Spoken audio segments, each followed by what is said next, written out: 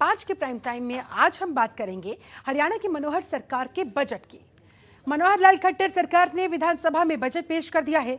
साल 2021-22 के लिए कुल 1,55,000 करोड़ रुपए का बजट पेश किया गया। राज्य सरकार ने प्रदेश में 2 फिल्म सिटी बनाने का भी ऐलान किया है। इसके अलावा गुरुग्राम और पिंजौर में फिल्म सिटी बनाई जाएगी, ये बात कही गई। आंकड़ों के मुताबिक पिछले साल से इस बार का बजट 13% बढ़ाया गया। सीएम मनोहर लाल ने बजट भाषण में कहा, कोरोना काल की वजह से हर किसी ने चुनौतियों का सामना किया है। यही वजह है कि इस बार बजट में मुख्य रूप से कृषि और हेल्थ सेक्टर पर ज्यादा फोकस किया गया है। हरियाणा सरकार ने इस बार कुल 6,110 करोड़ रुपए का बजट कृषि सेक्टर के लिए पेश किया। इनमें से 2,998 करोड़ रुपए इसका बजट किसानों के लिए खासतौर पर रखा गया और बाकी का बजट मछली पशुपालन समेत अन्य सेक्टर्स के लिए रख दिया गया। मुख्यमंत्री मनोहर लाल कहते दिखे कि सरकार का फोकस किसानों की आय को दोगुना करने में है। राज्य सरकार ने अपने बजट में 50,000 युवाओं को निजी क्षेत्र में नौकरी देने का ऐलान किया। साथ ही श्रम विभाग के बजट में भी 40% की बढ़ोतरी कर दी गई। इसके अलावा अब हरियाणा पुलिस बल में महिलाओं की संख्या को बढ़ाया जाएगा। 15% तक महिलाओं की भर्ती की जाएगी। हरियाणा सरकार ने अपने बजट में ग्रामीण इलाकों में स्ट्रीट लाइट्स की सुविधा देने, गौशालाओं में सौर ऊर्जा के संयंत्र लगाने का भी ऐलान किया है। आज इसी मुद्दे पर अपने पैनल के साथ करेंगे चर्चा। देखिए, तो बजट कोरोना का जो पीरियड था उसकी कठिनाई आप समझते हैं सारी। उसके बावजूद भी हमने जो पिछला बजट था उसमें 13% की वृद्धि की है। इस बार का बजट जो हमारा है 1,55,000 करोड़ रुपए का ये बजट हमने पेश किया है। और इसमें जो फिस्कल डेफिसिट होता है वो 3% की पहले सीमा रखी होती है। बीच में कभी कभी ज़्यादा भी जाता रहा होगा, लेकिन हमने उस फिस्कल डेफिसिट को भी बढ़ने नहीं दिया है। बावजूद इसके कि हमारे रेवेन्यू भी कुछ ना कुछ कम हुए हैं, फिर भी इतने कम नहीं हुए जितने शुरू में एक अपेक्षा की जा रही थी कि 17,000 करोड़ रुपया रेवेन्यू कम हो गया। लेकिन अक्टूबर के बाद बढ़ना शुरू हुआ। अक्टूबर, नवंबर, दिसंबर, जनवरी, फरवरी, इसमें लगभग 10-11,000 करोड़ रुपया रिकवर भी हो गया है। मतलब मार्च मिला करके 11,000 करोड़ कवर हो जाएगा, तो 5,000 करोड़ रुपया उसका लॉस रहेगा। लेकिन कुछ खर्चे भी हमारे कम हुए और कुछ हमने सारी चीज़ों को सुधारा है, जिसमें से 8,500 कितना 85 करोड़ 8,500 जो हमको एक्स्ट्रा लोन लेने की एक सहूलत थी, जो पिछली बार डेट हमने प्रपोज किया था, उसमें से इतना हमने नहीं लिया।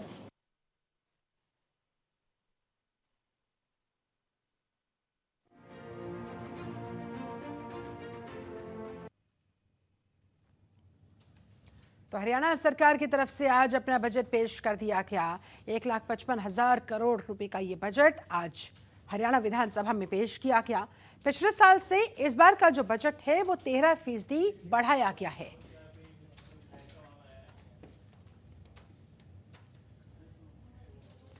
और इस बजट पर और ज्यादा चर्चा करने के लिए हमारे साथ इस समय बीजेपी प्रवक्ता रेणु भाटिया जुटी हुई हैं। उनका रुख करते हैं। रेणु जी, सबसे पहले तो बहुत बहुत स्वागत है आपका जनतंत्र टीवी में। शुक्रिया। रेणु जी, हरियाणा सरकार ने खोल दिया है पिटारा। जनता की कसौटी पर कितना खरा उतर पाए हैं आप? जनता को जो उम्मीदें बजट से लग रही थी, किस हद तक आप उन उम्मीदों पर खरा उतरने की बात कहेंगे? किस हद तक हरियाणा की जनता की तकदीर और प्रदेश की तस्वीर ये बजट आने वाले समय में बदल पाएगा? देखिए शिल्पा, मुझे ऐसे लगता है कि आज का जो बजट माननीय मुख्यमंत्री जी ने पढ़ा विधानसभा में, उसमें कोई भी एंगल ऐसा नहीं है, कोई भी पॉइंट ऐसा नहीं है जो छूट गया हो। चाहे आप कृषि देखें, मत्स्य पालन देखें, पशुपालन देखें, शिक्षा देखें, महिलाओं की भर्ती देखें, डॉक्टर्स की भर्ती देखें, हॉस्पिटल्स देखें, मूवी फिल्म इंडस्ट्री से रिलेटेड क्षेत्र देखें। मतलब मुझे नहीं लगता कि कोई भी क्षेत्र छूट गया हो। हाँ, जो 2020-21 का बजट था उसमें जितनी भी बातें रह गई थी, जो कमियां रह गई थी कोरोना की वजह से, वो इसमें ऐड ऑन हुई हैं और मुझे लगता है कि इस बजट से वो सारी कमियां फुलफिल हो जाएंगी जो पिछले वर्ष हम आपदा की वजह से नहीं कर पाए। अभी आपने खुद ही बताया कि पिछले बार से 13% इंक्रीज है। इसकी इंक्रीजिंग का बेनिफिट ही यही होगा, जो पिछली बार कमियां रही उनको अब पूरा किया जाए। और वैसे भी हर साल बजट जो बढ़ाया जाता है वो बेनिफिट्स को देखकर, जैसे इस बार अस्पतालों में बेड्स की और अधिक एलोकेशन की जाएगी, गौशालाओं में और बेहतर प्रावधान किए जाएंगे, वहाँ सोलर सिस्टम्स लगाकर, मतलब कोई भी मुझे नहीं लगता कि ऐसा एंगल हो। और अक्सर हम बात करते हैं कि जो है बेरोजगारी है या लोगों को रोजगार नहीं मिल रहा। आप ये देखिए, मत्स्य पालन बढ़ेगा, रोजगार मिलेगा, पशुपालन बढ़ेगा, रोजगार मिलेगा। 2 स्थानों पर, पिंजौर और गुड़गांव में फिल्म इंडस्ट्री बढ़ेगी, तो लोगों को कितना रोजगार आप लोगों की तरफ से जो घोषणा की गई है, ऐलान किया गया है कि प्राइवेट सेक्टर्स में बड़े पैमाने पर रोजगार दिया जाएगा, नौकरियां लगवाई जाएंगी, वो लोग आप कैसे सुनिश्चित कर पाएंगे? देखिए शिल्पा, पहले भी बार बार इस विषय पर चर्चा जब भी हुई है, एक ही बात सामने आई है, आप कैसे क्वालिफाई करवाएंगे कि कौन किस क्षेत्र के लिए है। तो यही बात कही गई थी कि हर एक का कैपेसिटी देखी जाएगी, जिसका जिस क्षेत्र में रुझान है और उसमें क्वालिफाई करता है। क्वालिफाई यानी क्वालिफिकेशन वाइज नहीं, स्किल वाइज भी अगर वो क्वालिफाई करता है तो उनको वहां पर मौके दिए जाएंगे। ये एक बहुत बड़ा पॉइंट है। कई बार मेरी जो शिक्षा है वो उतनी नहीं है जितनी आपकी है, परंतु मैं किसी चीज में स्किल के माध्यम से क्वालिफाई करती हूँ उस क्षेत्र में, तो मुझे भी प्रायोरिटी दी जाती है। ये पहले कमियां रही जिनको अब पूरा किया जा रहा है। लेकिन रेणु जी, जिस तरह से ज्यादा फोकस हेल्थ सेक्टर पर देखने को मिला और किसानों पर देखने को मिला, कहा जा रहा है कि ये तो बीजेपी की मजबूरी थी, कोरोना से सबक लेते हुए हेल्थ सेक्टर पर फोकस किया ही जाना था, जो कि किया भी गया है। और रही बात किसान आंदोलन की वजह से फैली नाराजगी की, तो उस नाराजगी को दूर करने के मकसद के साथ आप लोगों ने थोड़ा सा फोकस यहाँ किसानों पर भी कर दिया। शिल्पा, ये भाषा आपकी नहीं है एज एन एंकर, ये भाषा विपक्ष की है जो आपने बोली है। तो आप समझ सकती हैं कि विपक्ष कभी भी किसी बात पे, या वो लोग जिन्होंने कभी राजी ही नहीं, आप लोगों पर यानी बीजेपी पर, हरियाणा सरकार पर ये आरोप लगाए जा रहे हैं, आरोप कि और तो क्या कर दिया गया और क्या ऐसा दे दिया गया यहाँ की जनता को जिसकी वाहवाही की जा सके। ऐसे है शिल्पा, कभी भी विपक्ष एप्रिशिएट नहीं करता है, और खास तौर से कांग्रेस की तो ये फितरत है, वो कभी भी एप्रिसिएशन नहीं करेंगे। आपने देखा, अगर आप नोटिस कर रही होंगी, जैसे ही बजट खत्म हुआ, अभी माननीय मनोहर लाल जी ने अपने टैप को नीचे रखा भी नहीं था कि पीछे से हुड्डा जी की या उनके नेताओं की आवाज आई, खोदा पहाड़ निकली चुईया। मतलब उनको एप्रिशिएट करना ही नहीं है। तो हम लोगों ने तो ये ठान लिया है कि हम काम करेंगे, हमें जितना भी अपने देश की जनता, अपने राज्य की जनता के लिए बेस्ट पॉसिबल फैसिलिटीज देनी है वो हम देंगे। हमारे को ये कोई एप्रिसिएशन, चिंता और इस तरह की लोगों की बातों से लेना देना नहीं है। हमने अपने तरीके से हर सेक्टर को बेहतर बनाने का प्रयास किया। अब कोई कहे कि किसान हमारी मजबूरी थी, तो किसान हमारी कभी मजबूरी नहीं रही। किसान अन्नदाता है, जितना अन्नदाता वो भाजपा के कार्यकर्ताओं का या नेताओं का है, उतना ही वो कांग्रेस के या दूसरे विपक्षी दलों के नेताओं का भी है। तो इसलिए ये कहना कि किसी की मजबूरी है, मुझे लगता है किसी का मजाक उड़ाने की बात होगी। तो ऐसे में आप किसानों के लिए ये जो योजनाएं लेकर आए हैं, ये जो अलग से बजट करने की बात कही जा रही है आप लोगों की तरफ से, ऐसे में आप जरा ये बता दीजिए, ये समझा दीजिए जो किसान आपको सुन रहे होंगे कि कैसे अब आगे उनके भी अच्छे दिन आने वाले हैं, जैसा कि बीजेपी हमेशा दावा करती आई है। देखिए शिल्पा, बीजेपी ने हमेशा, इस सरकार ने प्रयास किया है, चाहे वो केंद्र की रही हो, चाहे वो प्रदेश शासित भाजपा सरकार रही हो, हमने प्रयास किया है कि हम अपने हर अंतिम पंक्ति के व्यक्ति तक उन सुविधाओं को पहुंचाएं जो सरकार से उनको मिलना चाहिए। अब फर्क ये है कि हम ना तो एप्रिशिएट करना चाहते हैं और ना ही हम बिलीव कर सकते हैं, कर पा रहे हैं, क्योंकि हमें आदत नहीं थी।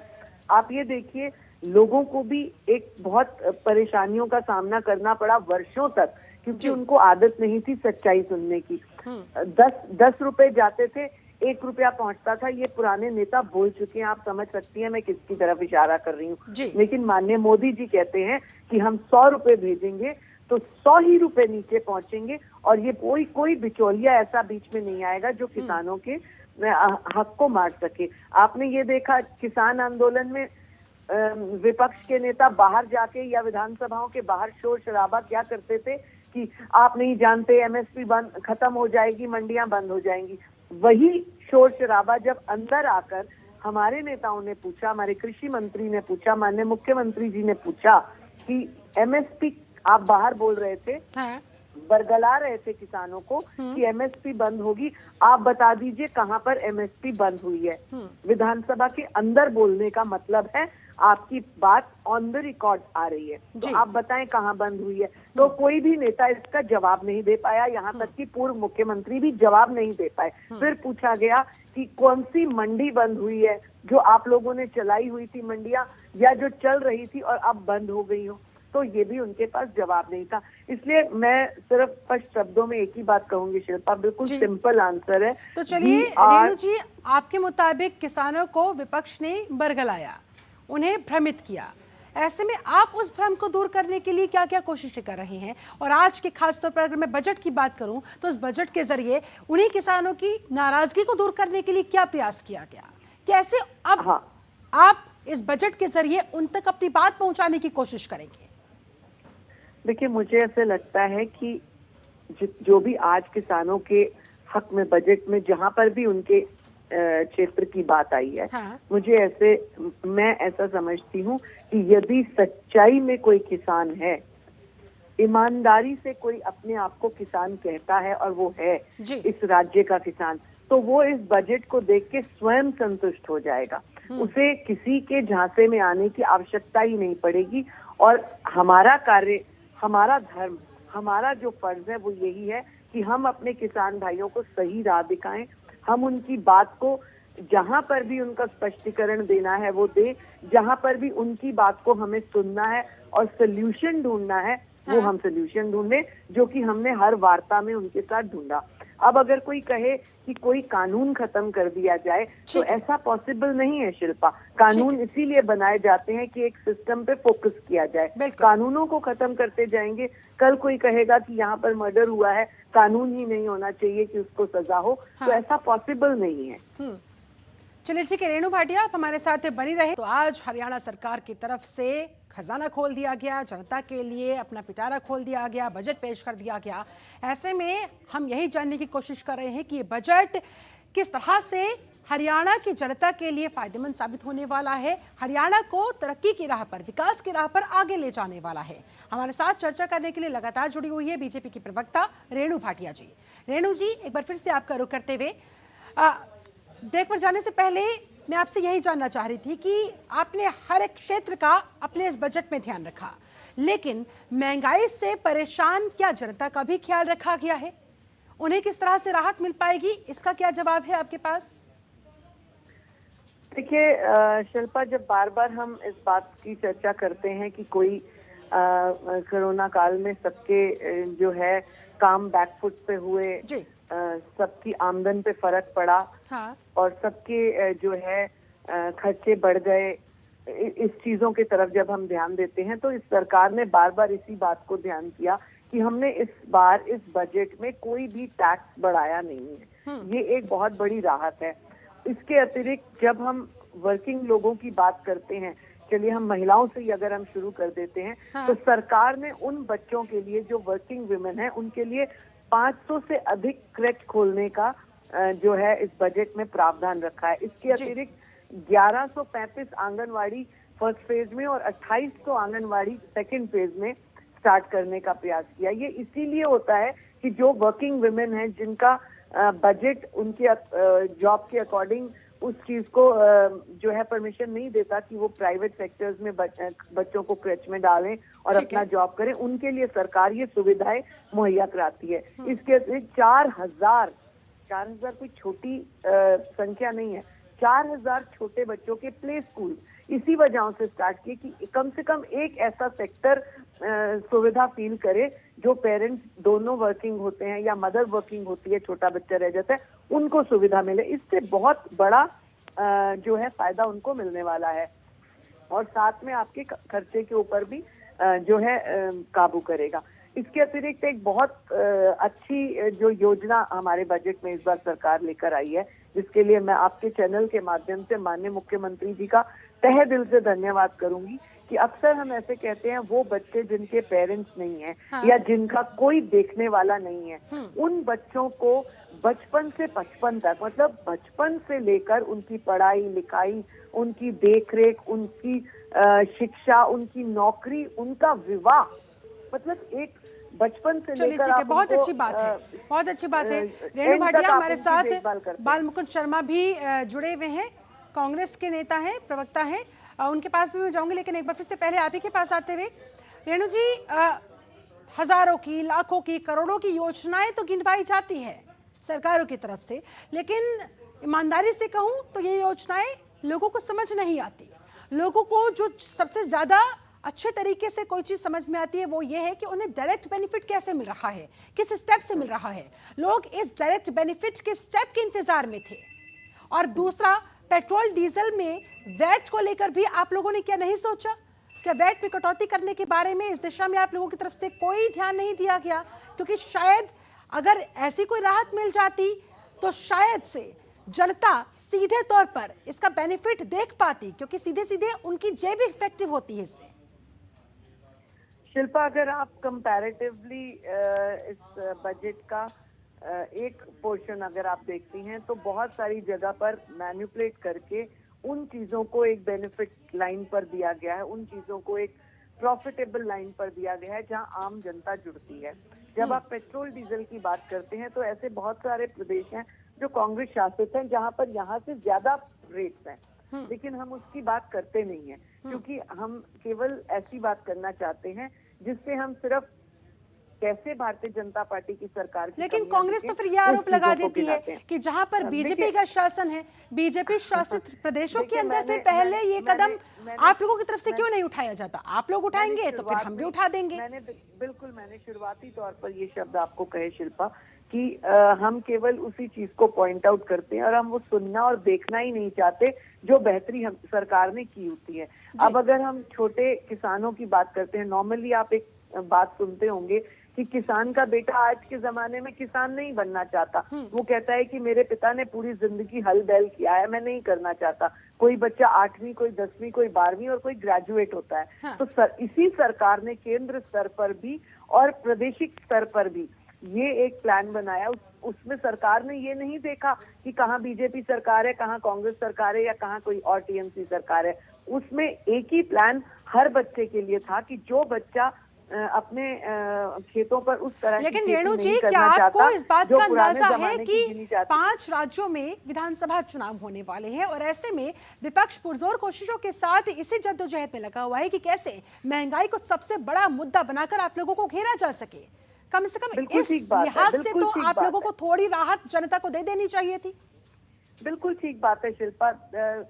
जो विपक्ष है या जो दूसरे लोग हैं, उनकी मानसिकता, उनकी सोच चुनाव कब, कहां, कैसे होगा उस तक सीमित रहती है। लेकिन भाजपा के शीर्ष नेतृत्व की जो मंशा और सोच होती है वो अंतिम पंक्ति के व्यक्ति को हमेशा बेनिफिट देने की होती है। चुनाव चलिए ठीक है, ये आपका दावा है, लेकिन कांग्रेस का इस पर क्या मानना है? बाल मुकुंद शर्मा हमारे साथ कांग्रेस प्रवक्ता जुड़े हुए हैं, उनका रुख करना चाहूंगी। बाल मुकुंद जी, बहुत बहुत स्वागत है आपका इस चर्चा में।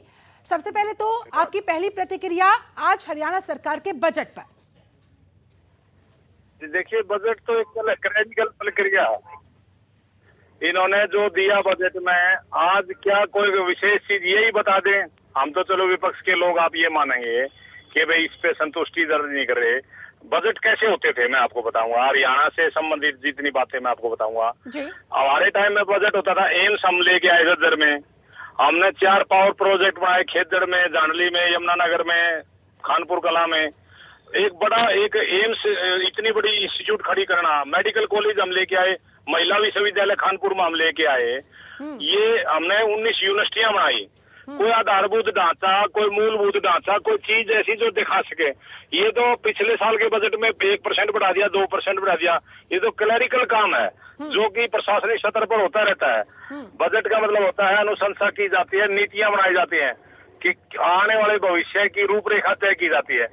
पहले होते थे बजट कांग्रेस के टाइम में, आजकल तो बजट को कोई सुनना देखना भी पसंद नहीं करता। बजट का जैसे रेणु भाटिया जी बड़ी विद्वान वो है, शब्दों के हिसाब से ये बता रही थी महिलाओं के बारे में या बच्चों के बारे में, अच्छी बात है। ये तो एक वर्ग के प्रति ध्यान रख करके एक नीति बनाई गई है, उसका हम स्वागत करते हैं जी। उसका हम स्वागत भी करते हैं। आज इस तरह के लावारी एक तरह से जिन बच्चों के माँ बाप नहीं है, हाँ। उनको सहारा देने की कोशिश की सरकार ने, ये स्वागत योग्य कदम है। ठीक है। लेकिन आम जनता के लिए जिस तरीके से राशन व्यवस्था है उसको फ्री करते, उसकी कोई व्यवस्था में सुधार करते, आम जनता को क्या फायदा पहुंचा है, वो कोई 2 या 3 चीजें ये टीवी डिबेट में बताए ताकि प्रदेश की जनता सुने। जैसे बच्चों का बताया इन्होंने, हम उसका स्वागत योग्य कदम है। ठीक है। सरकार ने अच्छा कदम उठाया है, जिनके माँ बाप नहीं है, ठीक है, जिनके जवाब सिर पर देना कोई चाह रही है आसरा रेणु नहीं है। भाटिया। रेणु भाटिया जवाब देना चाह रही है। रेणु जी, जो सवाल मैंने भी आपसे किया था कि आम हाँ, जनता को कैसे राहत मिली, ये बात विपक्ष भी जानना चाहता है, ये बात मैं भी जानना चाहती थी। मैं अपने इस भाई का धन्यवाद करती हूँ कि कम से कम इन्होंने एक बात को अप्रिशिएट तो किया, बाकी बातें भले इनको पर्दा दिख रहा हो उस पे। और लेकिन शिल्पा, मैं आपको बताना चाहती हूँ कि जिस प्रकार ये बच्चों का कदम है, इसी प्रकार से महिलाओं की पुलिस फोर्स में भर्ती, ये एक सराहनीय कदम है। पता नहीं ये मानेंगे कि नहीं मानेंगे। इसी प्रकार डॉक्टर्स की भर्ती 200 सुनिए, बात आपके टाइम में तो हिंदुस्तान आजाद हुआ, तो फिर तो आप ये कह दीजिए कि हिंदुस्तान को आजाद हमने कराया, तो अब कोई काम ही ना किया जाए। लेकिन तब से लेकर अब तक बाकी देश जितने आजाद हुए, अब सुन लीजिए, आप मेरा पिच थोड़ा हाई कराना चाह रहे हैं तो मैं कर लेती हूँ, क्योंकि मुझे ऐसा अच्छा नहीं लगता कि जो आपने इतने वर्षों में नहीं किया। जल्दी से हाँ, मैम, ये आज का ये बजट हरियाणा को किस पथ पर आगे ले जाता हुआ, कितनी दूर विकास की तरफ आगे ले जाता हुआ, जल्दी बताइए। देखिए, 1 लाख से अधिक बीपीएल परिवारों की पहचान हुई। आप ये देखिए, हमने कितने लगभग 60,000 के करीब नकली राशन कार्ड, नकली बीपीएल कार्ड बंद किए, जिनका पैसा नाजायज जा रहा था वर्षों तक। उसकी जो बचत हुई, उसको हमने एक्यूरेट उन लोगों तक पहुंचाने का प्रयास किया जो डिजर्विंग है। चलिए, ठीक है। बालमुकुंद शर्मा, आपका आखिरी कमेंट। हरियाणा का ये बजट हरियाणा की किस हद तक तस्वीर बदलने वाला? शर्मा जी। हाँ जी। हरियाणा का ये बजट किस हद तक हरियाणा की तस्वीर बदल पाएगा? मुझे नहीं लगता किसी भी विषय को लेकर के। मैं इनसे विषय आपके भी माध्यम से जानना चाहता था, कोई ऐसी बात बताएं कि किस प्रोजेक्ट को लेकर के ये आए हैं, क्या ये करना चाहते हैं। जैसे मैंने गिनाया कांग्रेस के शासन में कि बिजली व्यवस्था के बारे में, पानी के बारे में, आम जन की सुविधाओं के बारे में, या जो कृषि के इस समय जो आंदोलन चला हुआ किसानों के बारे में, किसी एक वर्ग के बारे में विस्तृत रूप से ये वर्णन कर दे कि ये हम लेके आने वाले हैं और इसका ये आप आम जन को फायदा होगा। केवल बस इतना ही था। आप दोनों मेहमानों का बहुत बहुत शुक्रिया मेरे साथ इस खास चर्चा में जुड़ने के लिए। तो कुल मिलाकर बजट तो पेश कर दिया गया है। ऐसे में अब बीजेपी का दावा सही साबित होता है या कांग्रेस की आशंका सही साबित होती है, ये तो आने वाला वक्त ही बताएगा। उसके लिए हमें करना होगा इंतजार। फिलहाल इस खास चर्चा में जुड़ने के लिए आपका बहुत बहुत शुक्रिया। आप बने रहे जनतंत्र टीवी के साथ। नमस्कार। खबरों के निष्पक्ष विश्लेषण के लिए सब्सक्राइब करें जनतंत्र TV and press the bell icon. Never miss any update.